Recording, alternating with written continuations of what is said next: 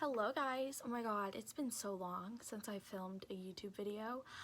I've been obsessed with TikTok and I pretty much prefer TikTok for almost everything over YouTube, except that I can't just really chit chat for like a really long time and edit myself like perfectly. And also it's like the 3-minute limit and like a 1-minute limit if you want video in the background, so then I have to do voiceover if it's over 3 minutes because I don't want you guys just staring at me with no sound. That would be weird. Anyways, I kind of miss editing the videos. I kind of miss just talking.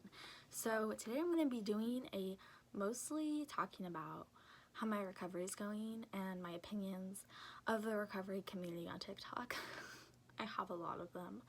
But anyways, yes, I'm just gonna be getting ready, and I just want to say, well, first of all, coffee of the day. I have a little Starbucks mug. Boston, never been there. That's in New York, right? I think so. Anywhoosies, this is just coffee with almond milk and pumpkin pie spice. I am afraid of creamer. It is a big fear food of mine, but you know what? At least I put something in my coffee. I used to just drink it black. Oh, it also has sugar-free vanilla. Also a fear food of mine is the regular vanilla. But anyways, this is what we're doing today. God, it's a ton! Okay, let's put a little bit back. Don't.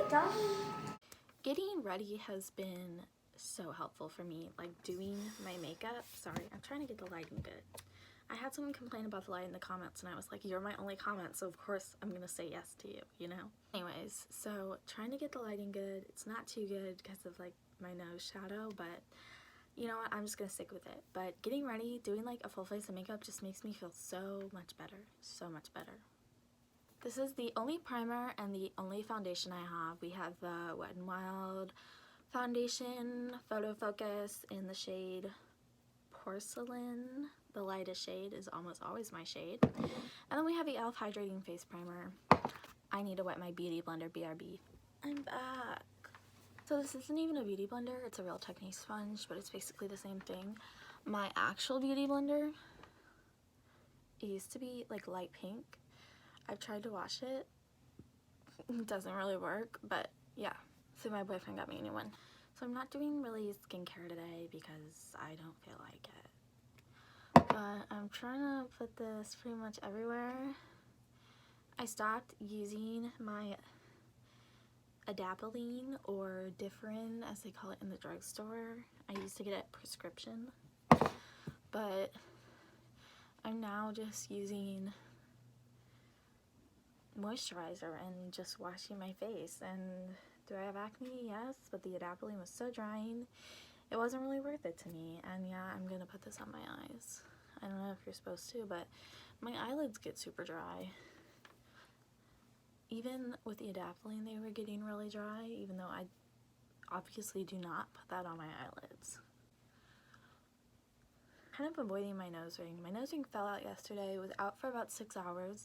I've had my nose ring for almost 6 months, but it did like pretty much close, so it bled when I put in the new nose ring. And then I found the old nose ring laying in my bed. So that made me realize, wow, that's been out for like 6 to 8 hours. No wonder it bled when I put it back in. If you guys have any recommendations on where I could find a hoop that's like big enough for my nose ring, let me know. I've looked at Spencer's. There was only like one option, but it also had a bunch of smaller ones in there, and like, I don't want to waste my money on that. So I've talked about on my channel, just a trigger warning, I'm going to be talking about arfid and emetophobia. I've talked a lot about that on this channel and not so much my TikTok, but I've been seeing some people talking about arfid on TikTok and their experiences. And I have said a few times, I don't think on my channel, but I've like said to other people, that I feel like that if my arfid would have gotten treated like properly, and you know, this is not my parents' fault, this is definitely my fault because they gave me a therapist. I just literally, if I even said the word vomit, I would have vomited. It was the scariest thing in the world to me, and it was absolutely all I thought about at that time. in my life. Again, kind of avoiding the nose ring. So my nose is just going to be really red on the side. But yeah, I've seen some people start to talk about their experiences with arfid and their experiences with arfid in treatment centers. And I saw this one video of this girl on TikTok talk about how her treatment center said that they treated arfid, and really they did not accommodate to her at all. And that's where I want to talk about.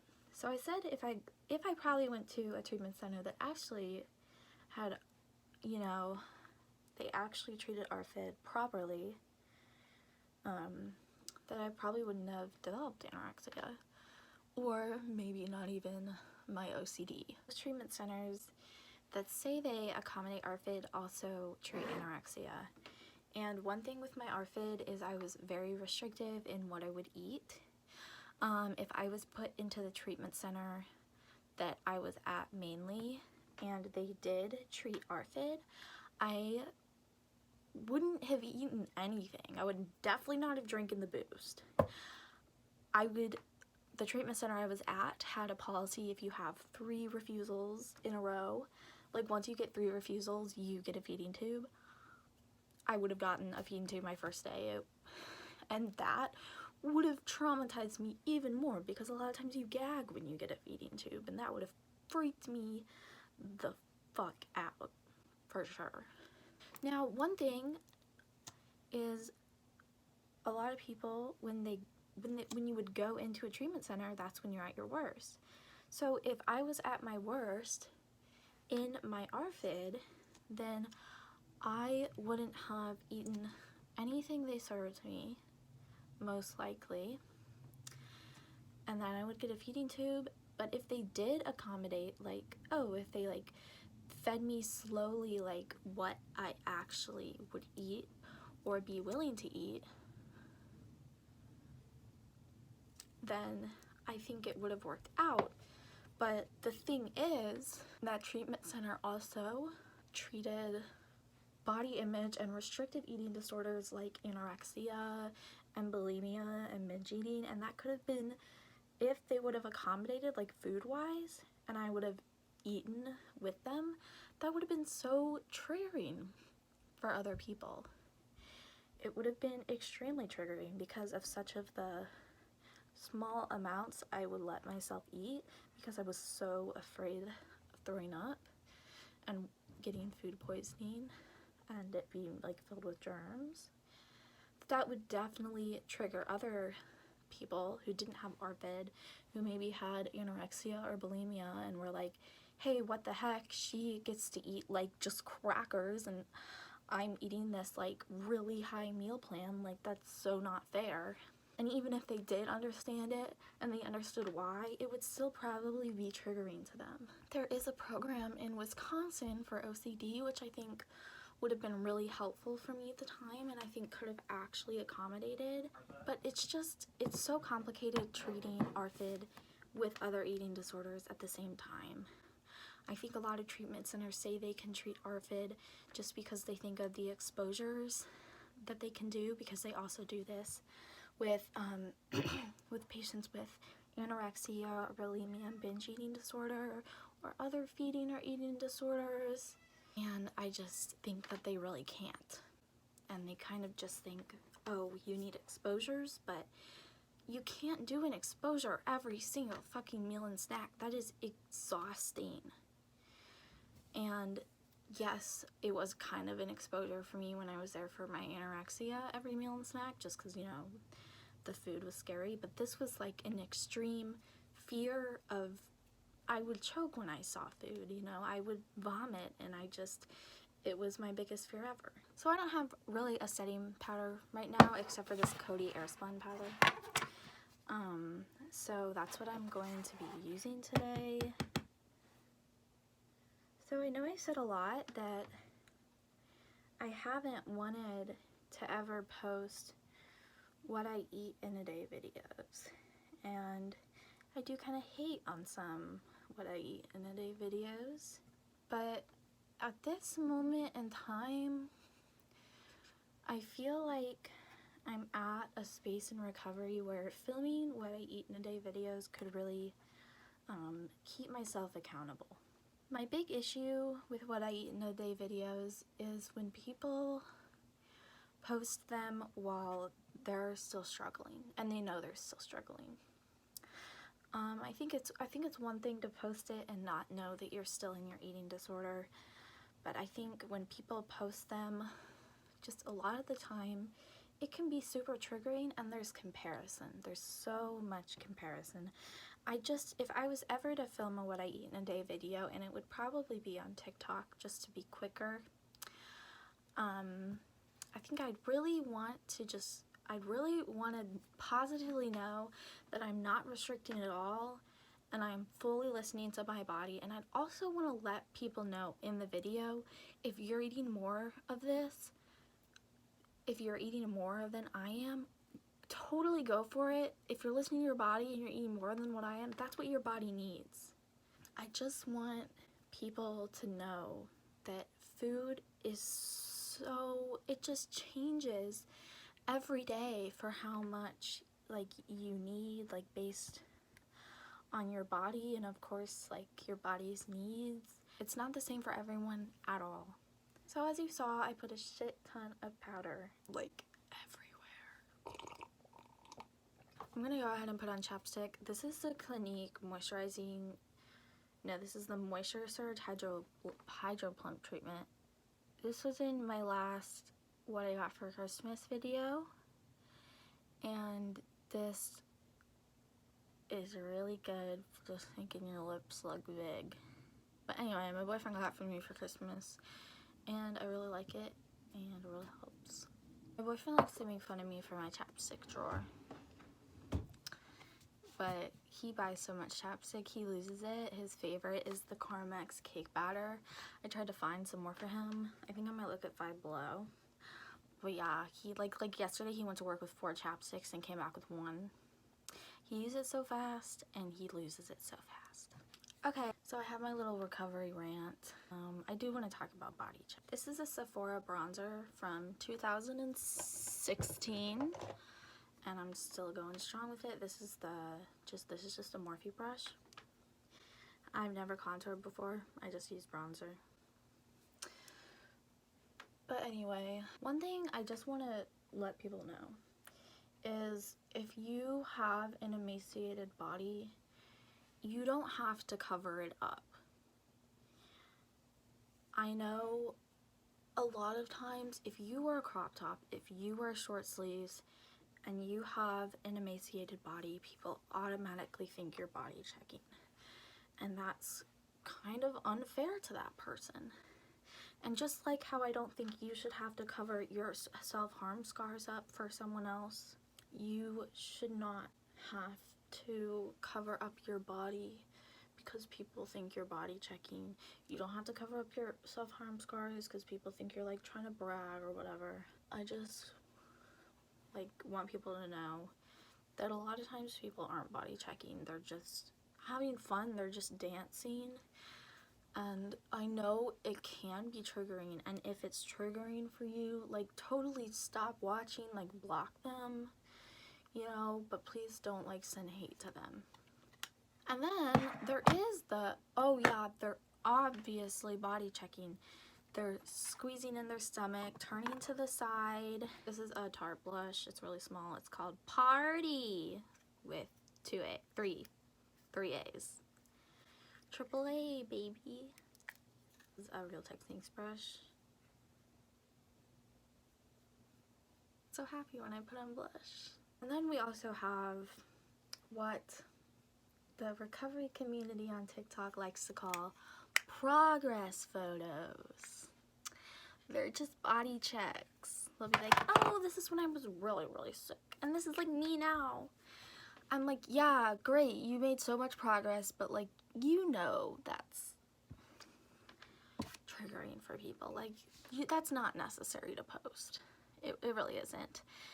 Especially when the progress photos are like, you're obviously in the mirror, like, sucking in, pulling up your shirt, like turning to one side, or like taking naked pictures of you in the mirror. That's body checking, and it's not something we need to post.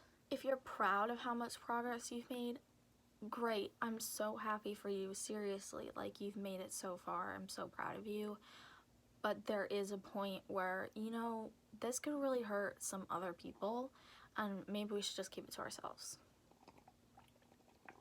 I also just want to say, I'm on my period, and at like 11:30 I just ate a bunch of Oreos and Ben & Jerry's, and I don't really care. Like, even if I wasn't on my period, it would still be okay. But I wanted chocolate. I wanted to chill, you know? And now I'm getting ready and being productive, you know? You can be your awesome, productive self without restricting or without compensating your food. You can. I know it, and I really hope you know it too. So this is a Wet n Wild Blossom Glow highlighting powder. There she is. She's kind of like pinky rosy. And I'm going to be taking a Sonia Kasha fan brush, because I love to glow. Okay, now I'm just going to talk about what's going on in my life. So I'm a college student. I know, it's so crazy to say. All of my other friends are still seniors. I'm 18 and a half on March 2nd, and that's also my 6-month anniversary with Xavier. But yeah, I love being in college. I love it. I got my GED in early December. I've only taken 2 classes, and I'm looking for a job right now. I have applied at Target, a local grocery store in my area, Joann's fabric store. I'm gonna apply at Ross because I have one by my house. Applied at Five Below. I'm also gonna apply at my local YMCA to be a camp counselor this summer. I always loved my camp counselors, so I want to be the one that the kids love. I've been a CAT before at my elementary school, and that was really nice, so I hope that I have enough experience for them. So I'm taking intro, composition, basically writing stuff. Basically just read essays and talk about them in class. And then we have, I think, 4 or 5 essays. I've already written the first one. I got 100%. It was great. My teacher really loved it. I loved writing it. About the first time my boyfriend and I met. But yeah, school's going really good. I really like biolab. That's the second class I'm taking, biology. It's really fun. I don't know why. I just like how meticulous it is. I like how, like, you can, if you, like, mess up or don't wash your hands, you could, like, burn yourself. I don't know. I like it. I can be like a perfectionist and, like, you know, a better environment for me instead of my body, you know? So I'm taking the ShanXO color eyeshadow palette, and I'm just going to take a Wet n Wild little blending brush, and I'm just going to take this yellow right here, and I'm just going to put that in my crease. I'm not going to do anything fancy at all. I'm not going to blend it out to my bottom crease. I'm just going to put a little bit in the crease. There's a little powder left over on the other one, so yeah, that's all it is. That's all I'm doing. So I'm just going to be putting this Ciate, like, just like really worn down eye pencil. Sorry, you guys are going to have to see my mirror when I do this.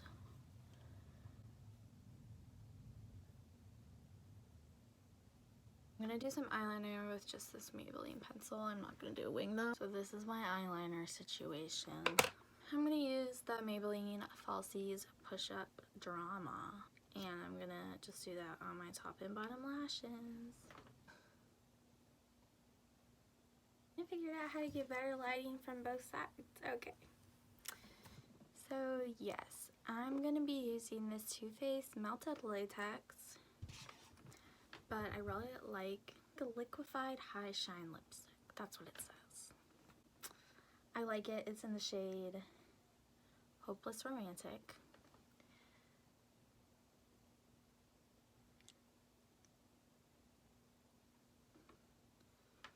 I think this is cute. I didn't exfoliate my lips first, so it looks a little weird. Just get it so it doesn't get on my teeth. But yeah, I really like it. So I am gonna put my hair up so I don't go out looking like that. It would be totally okay, but like, I'm not into this today, you know. This video is already 30 minutes. So I'm going in with the Between Washes Tresemme Style Refresh. It helps with like moisturizing and stuff.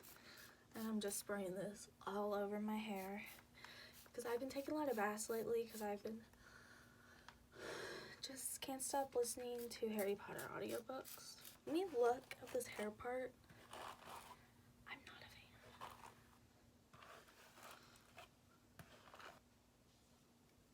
Oh, I'm gonna put my hair in a scrunchie. This is what we're working with today.